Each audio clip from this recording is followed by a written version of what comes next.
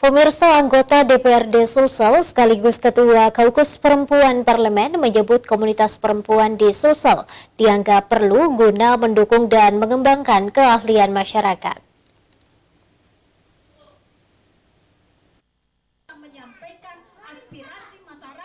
Anggota DPRD Sulsel mulai melakukan reses awal tahun di daerah pemilihannya yang berada di Kelurahan Tamarunang, Kecamatan Sumba Opu, Kabupaten Goa. Salah satu penyampaiannya ke masyarakat perihal pengembangan diri khususnya bagi perempuan. Ketua Khusus Perempuan Parlemen DPRD Sulsel, Rismawati Kadir Nyampa, terus mendorong para perempuan yang ada di Sulawesi Selatan, khususnya di Kelurahan Tamarunang, Kecamatan Sumba Opu, untuk terus berdaya dalam meningkatkan keahlian serta kemampuan dalam mengembangkan skill ke depannya. Politisi Partai Demokrat itu mengatakan penting bagi masyarakat terkhusus bagi perempuan agar diberikan fasilitas di sektor apapun yang dibutuhkan, utamanya bagi perempuan yang bergabung dalam komunitas.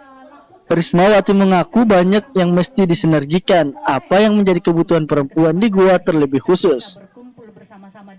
Saya selaku juga sebagai Ketua Kaukus Perempuan Parlemen Provinsi Sulawesi Selatan senantiasa mendorong organisasi perempuan maupun komunitas perempuan untuk senantiasa berdaya. Sehingga kami di Kelurahan Tamarunang ini kami mendorong adanya komunitas perempuan itu untuk diberikan nanti berbagai macam kegiatan atau fasilitas pelatihan di sektor apapun yang menjadi kebutuhan dari komunitas perempuan yang ada di Kelurahan Tamarunang ini. Dan tentu saja banyak hal yang bisa kami sinergikan sebagai Ketua Kaukus Perempuan Parlemen, dan akan kami bicarakan secara internal apa yang menjadi kebutuhan perempuan-perempuan yang ada di Kelurahan Tamarunang pada khususnya dan Kabupaten Goa.